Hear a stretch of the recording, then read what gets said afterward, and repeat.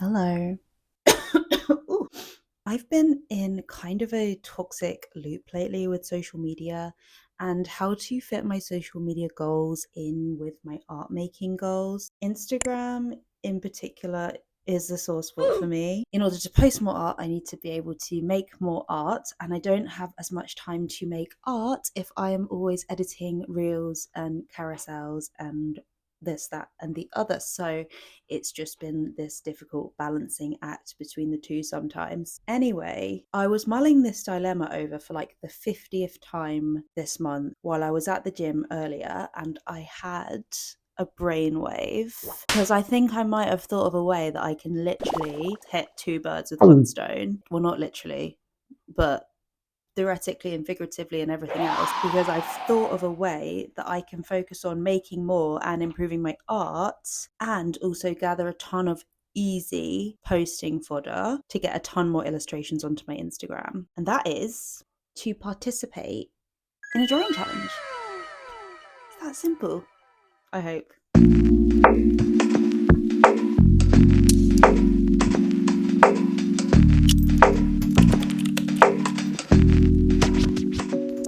So I have attempted to do drawing challenges before, specifically Inktober, and I think maybe that's the most popular kind of like Instagram art drawing challenge that I've heard of. And that is obviously typically in October, and they give you a theme for every single day to draw with inks. To just explain a little bit more about art challenges for anyone who might not be super familiar with them, art challenges are basically drawing or painting challenges that will circulate on Instagram or other social media platforms that are created by artists for artists, often as a way of sparking creativity in one another and encouraging more regular drawing habits through the use of prompts. So a prompt will usually be a single word or phrase that artists can use as a jumping off point for a sketch or painting. And once you have completed your piece of art from that prompt, the idea is then to post it to your social media account and tag both the challenge and its creator. This can then foster some community between all the artists that are participating in the challenge, because they can easily find and support each other's artwork through the hashtags. There are certain challenges that are more popular than others, such as Inktober, which was started by Jake Parker all the way back in 2009, if you can believe it. But as time has gone on, more challenges have been popping up to cater to various different styles and preferred subject matters. So there are a bunch of art challenges out there for you to discover, springboard off of more ideas, and also just to kind of collaborate and socialize with one another as they complete these challenges. Also, I haven't even introduced myself yet. Hi, hello, and welcome back to my channel. If you don't know me, my name is Brett, and I am an artist and teeny tiny business owner. I make vlogs about my art process, vending at markets and conventions, and just about the general experience of being an independent artist in this day and age. So if that sounds like your kind of thing, then feel free to subscribe. But for now, let's get back to the video. Luckily, I've had this idea as the month is ending, which feels fortuitous. So I was like, somebody must have a May challenge. So I just thought I would have a little check on Instagram, and I found a couple that I liked and one that seems like it will be right up my alley. As soon as I saw like the branding and the name of this challenge, I thought this one's going to be for me because it's obviously food themed, which is completely my bag. I also think that the prompts are vague enough that I can put my own spin on them and explore some ideas that either I've already been thinking of, or it can help me to develop some new ideas of my own. In the past, when I've tried to do Inktober and stuff, I think I've made it through like maximum 2 days, which is quite shameful. The point is, this is a challenge I think I'm gonna do. Yeah, maybe I'll start now because I do have a bit of time before I go to my friends for dinner later. Watch this space.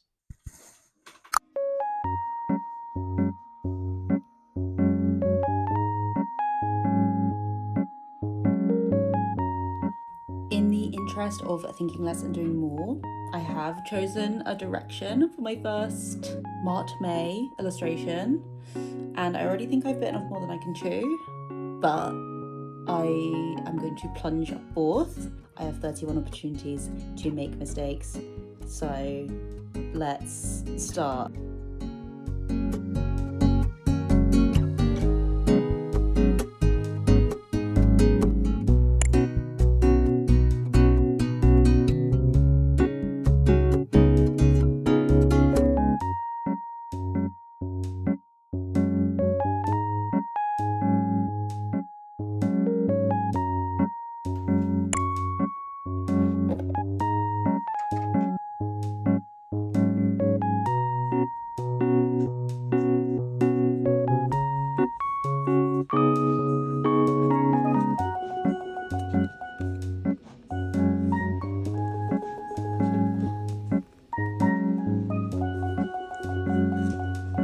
feels safer. Sometimes it feels safer for me to like cycle back than try and like get obviously drive, but like get public transport.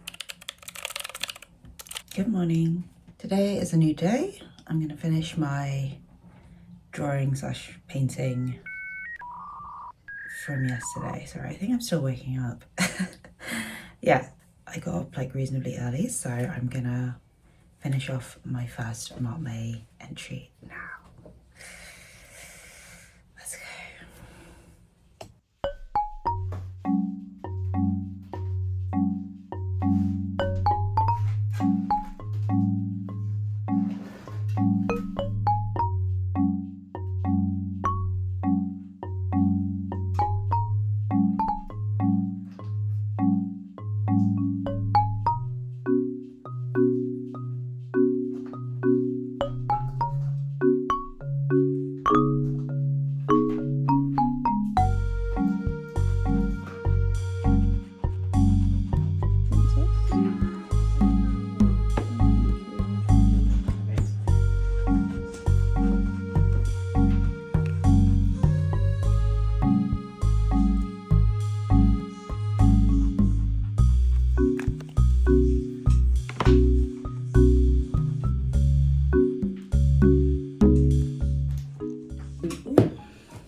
It's Thursday afternoon right now. I'm feeling kind of fed up because today was meant to be like mostly my art day, just my personal creative day, but I was like, oh, I'll just try and do like this one task to do with my freelance work, and then after lunch I can make more paintings, and it's like 4:20 now because it just ended up being way more complicated than I anticipated, and I kept being like, oh, I'll just keep going till I finish it, and then it's just like really dragged, and we're like half of the way through the afternoon, so I'm feeling a little bit put out by that, but I really want to stay on top of this challenge. So considering the first is tomorrow, I think I should do another painting today if I can.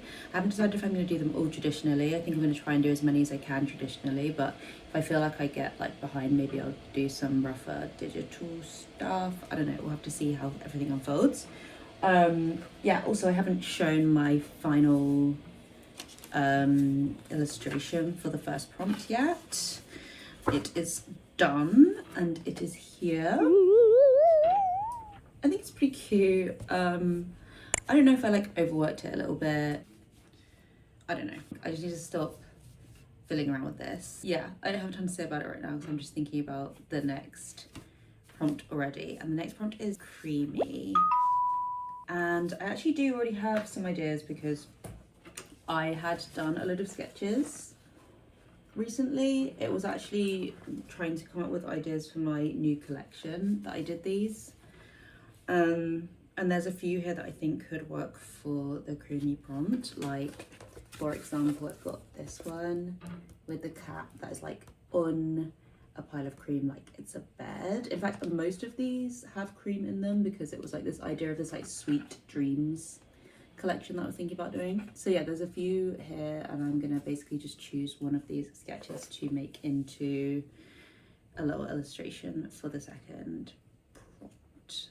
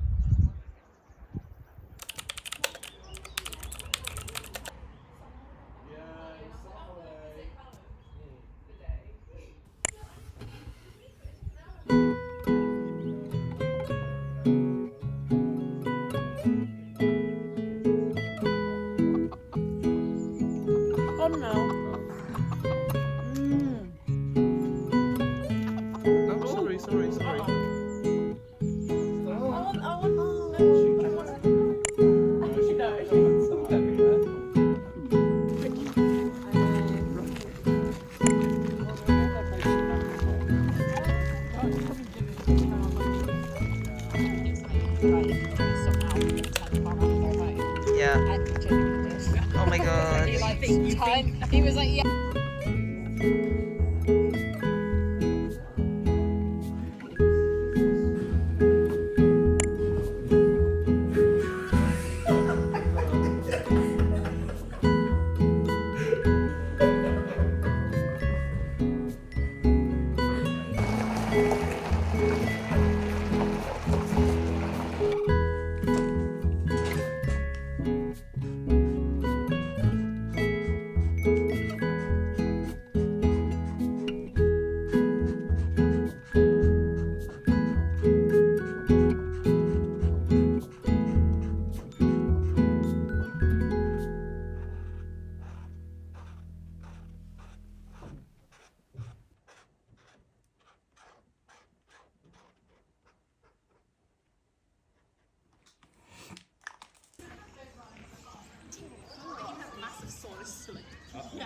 Hello, we're on the 11th day of May, so it's the 11th of May.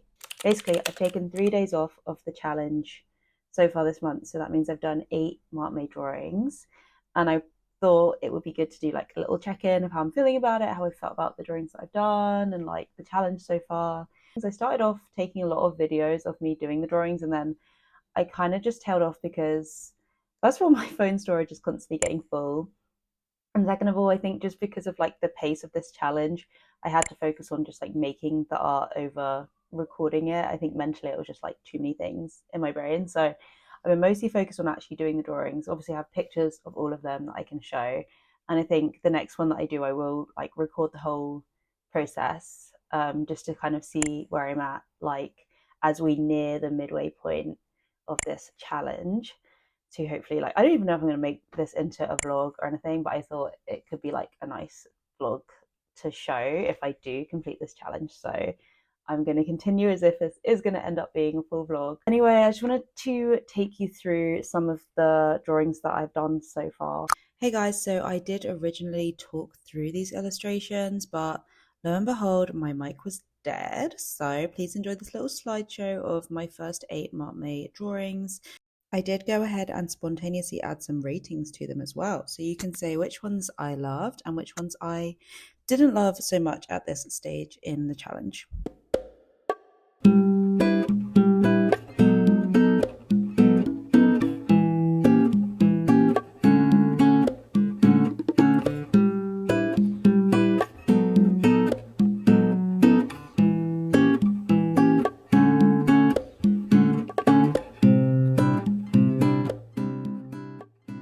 So I have been doing all of my May drawings in this cute little sketchbook that I got from Amazon, I believe. I'm not sure what the brand actually is. It's the Tu Muata brand sketchbook. It's really cute.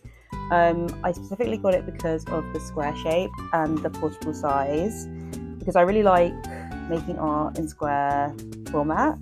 But also I wanted something that I could easily carry around, and also the paper inside is watercolor paper, which I just find is like super hard wearing when it comes to layering paint. You know, it doesn't kind of like start to peel away too easily, or like what's the word? It doesn't start to disintegrate too easily when you're putting layers of paper, especially like with the gouache as well. So yes, that's why I am doing them in this little sketchbook.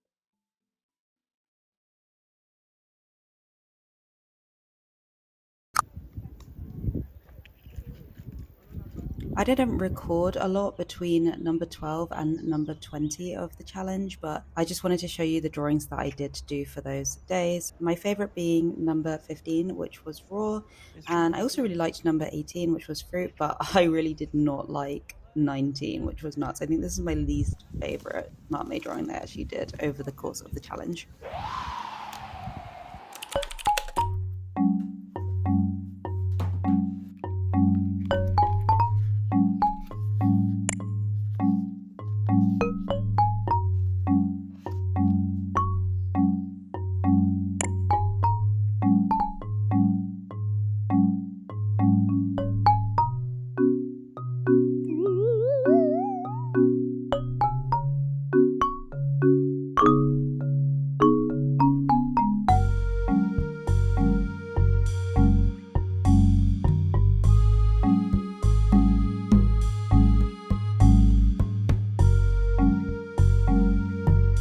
So I've just finished swatching my new Artix marker set, and there's some colours here that I already know are just gonna be like game changing for my acrylic marker stuff, and I'm really excited to use these. I think now that I've done like several paintings, it's really highlighted to me the colors that I'm missing, or the colors that I would like love to have more of. I'm really excited to use like all of the blues and greens that I have here. I think those colors were ones I was really lacking before. I also have a theory with Marmé so far. I don't know if it's right or not, but like if I just look through at how many views all of my Marmé posts have got, it's always the ones that have a blue background that have the most. So I'm kind of interested in continuing that little experiment to see if I do more with blue backgrounds, if they get more views. Not that it's about the views or anything, but you know, it's just interesting to know what people like, what their brain wants them to look at, and it feels like people's brain wants them to look at blue. So I don't know, we'll see by the end of this if I still think that that's true. I'm also excited by the increased oranges and yellows. That was another color palette that I felt like I wanted more of. But in the yellow department, I actually think that this like really bright one, I don't know how well it's going to show up on camera, but this like really bright yellow I'm excited about, because there's just times where I really want to add like a good highlight to yellow items that isn't white, and I struggle with that. So I'm actually really looking forward to using these two bright ones here. I think what I really like about the Artix markers is, of course, like the array of colors that they offer, and also the nibs, because originally the sets of Posca pens that I bought had a brush nib like this. So they're like specifically the brush Posca pen, and they have this kind of like angular pointed nib that's like slightly soft, like what the Artix ones have. So the Artix nib is also that kind of shape. But some of the new Posca pens that I got, the colors that I wanted to get, they didn't seem to come in the brush shape. They only came in like this kind of rounded shape, which is okay. But I think especially at the scale that I've been doing my Marmé drawings at, which is only like, I think it's like 6 by 6 inches, this is kind of clumsy to use, while the brush pens allow me to get like a much more kind of delicate touch on the paintings. And I think I just generally like them more because it feels like painting as opposed to like marker coloring, which I'm less familiar with. So that was another reason why I chose to get more Artix markers.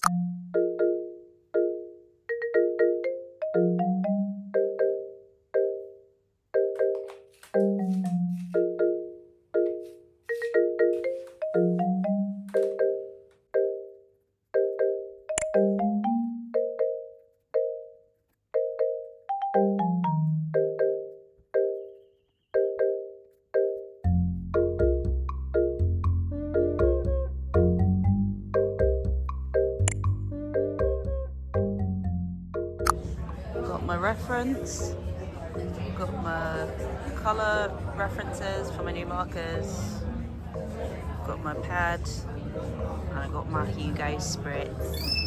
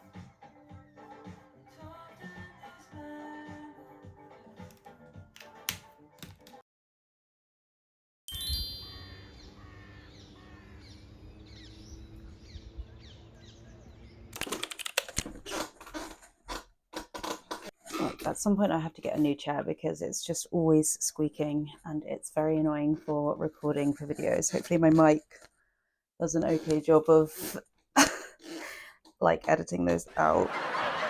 I haven't done a lot of check-ins lately. It's been crazy hot here in the UK, in London especially, because it always gets super hot in the city. And it's made me not want to do anything, to be honest. It's probably been like a week, I think, since I did a proper check-in or like any proper recording of my Montmay process. I do have a few little videos that I've made on my phone in like portrait mode. I just haven't done a full like start to finish process in quite a while. I just end up having to like cram the drawings in whenever I have a spare bit of time, and that's not always conducive to like being able to set up a nice filming setup. So there's less than a week left of Montmay, 4 prompts remaining. I have done 17 drawings now, I think, and considering it's the 27th, that means I've missed 10 drawings. I kind of expected that. My aim was maybe to always do about 20 of the prompts by the end of the month, and I'd be happy. Like that would be like way above my track record, which is I think like 1 drawing. So I mean it was very easy to beat that, but I've already like made myself proud with the consistency, so I'm not too worried about that. I think I thought that like obviously when you do a challenge like this, every drawing is going to get better, but it's definitely not the case because I'm getting like tired, I guess, and I think I'm getting more rushed. And I don't actually think that's a completely bad thing, because I think it's almost like it's good that I'm relaxing into making the paintings and just kind of like seeing what comes out. And sometimes it's something I like and sometimes it's something I don't. But equally, like sometimes I'm like, it's a shame that not every painting feels like it's improving upon itself. But yeah, the thing I wanted to actually talk about today that I've been trying to talk about for ages and I keep not getting to it and then getting distracted and going and do something else is the Instagram of it all, which I've already like talked about earlier in the video in terms of my, I guess, motivations as to specifically doing this challenge as an Instagram challenge. And what I mean by that is, you know, doing the art will be beneficial to me, but in my mind also posting the art will be beneficial to me. And it has been kind of eye-opening just how little you get from Instagram. I genuinely feel like those, you know, those jokes that people make or those reels that people make where it's like me spending 20 minutes on like an Instagram post only for it to get like 6 likes and 2 unfollows. That is literally what it's been like doing this challenge. And it's got worse the longer it's gone on. And part of me is like, is that just because I got worse? Like, are the drawings I'm doing now not just not as good as the ones before? And in some ways I feel kind of stupid for like being confused that I'm not getting a lot of engagement on these Montmay posts, because it's like everyone knows that you can't just like post your art on Instagram anymore. Like you have to be posting your art or spinning plates and like setting cake's on fire. What was that? Okay. And I'm obviously not doing that because I don't have time. I'm just like trying to present it nicely and then posting it and putting a caption and tagging like the challenge and the challenge creator. Like I'm not doing anything groundbreaking, so I don't think I was like really expecting a lot. But 3 likes in 3 hours feels rough. It feels rough. And it's got to the point now where I'm just like, sure, that's fine, you know? And listen, I don't want to seem greedy. Because, you know, 3 likes, that's 3 whole people that thumbs that up. And thank you. You guys, you got me. Yeah, it's been very humbling. And I mean, on the plus side, I've noticed that like other people doing the challenge will engage with each other, which is very nice and wholesome. And that part of the online part of it, I do think has been nice and is definitely valuable. But in terms of like this being a thing that like gets my art more exposure, it ain't done that. Like I said, it's really hard for me not to sit here and just like talk about all the reasons like it's because of the art.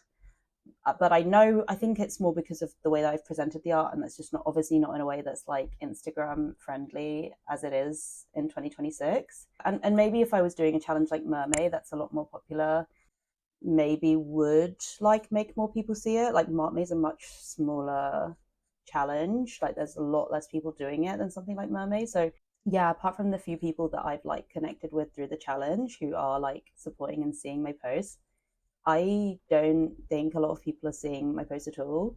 Yeah, I guess that's just something to note maybe with doing these challenges is like it's not necessarily going to give you any kind of like engagement boost. It's possible that if I had done reels about the about each painting to post like instead of or alongside the just image posts, that could have been a lot more successful. The social media part of it, while I think it has been important as almost a way of like me physically showing up and like showing that I have done the work every day and documenting that.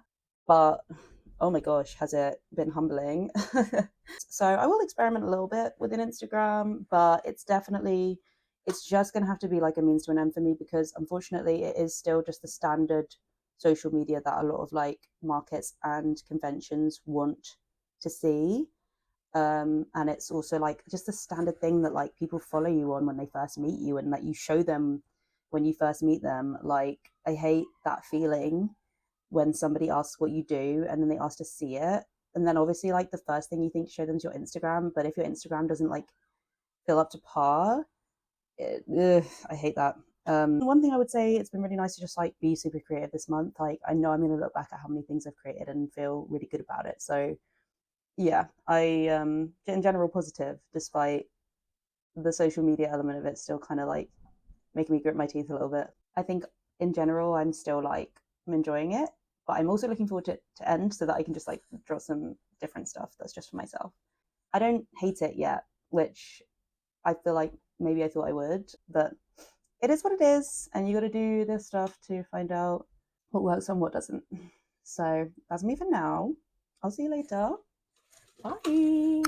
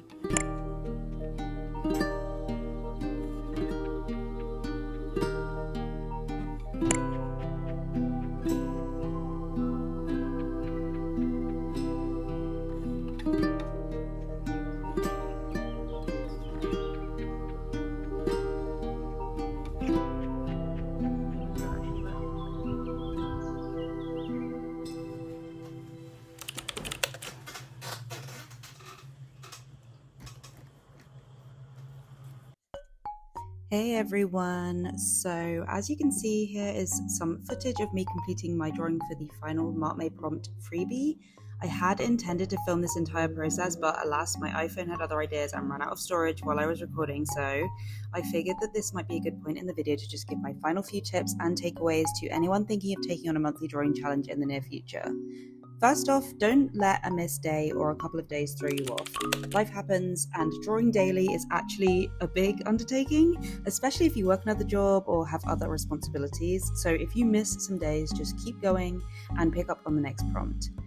I know some people bulk prepare their challenge drawings, so they'll draw multiple prompts on a single day and spread out the posts, but for me, one drawing a day was really hard work enough. Probably because of how detailed some of them ended up being. So that's also a way that you could go about it, but won't work for everybody. The other thing I would recommend is to develop a very repeatable editing and formatting system for posting. I took all my Markmay photos against the same background and saved a preset in Lightroom that I would use to very quickly apply some simple lighting edits to my shots. I also had a Canva doc with a set layout I would use for each post that I could swap the images into each time. It's hard enough to draw every day, let alone format aesthetic posts, so try to make that part as easy for yourself as possible and it will help a lot. Lastly, try not to overthink the social media of it all. First and foremost, this is an art challenge, and the only person that you're really in competition with is yourself. So despite my Instagram grumbles, I am so glad that I did this challenge because I really do love some of the pieces that came out of it, and the way that it forced me to become comfortable with a new medium and just to kind of like exposing myself online even when there was minimal fanfare. I was probably kind of character building. Anyway, before I show you the final sketchbook montage, I just wanted to say, if you're still here, wow, and thank you. I know this vlog is pretty outdated now and kind of all over the place, but I'm still catching up on older footage since moving to Canada 3 weeks ago, and I just hated to see this video go to waste completely, so hopefully it's been enjoyable for at least someone out there. I have one more older summer vlog to edit of my experience vending at the Urban Garden Fair in Canary Wharf for the first time, and then I'll be onto the Canada content, which I'm super excited about. Until then, please enjoy the final sketchbook tour, and I will see you next time. Bye!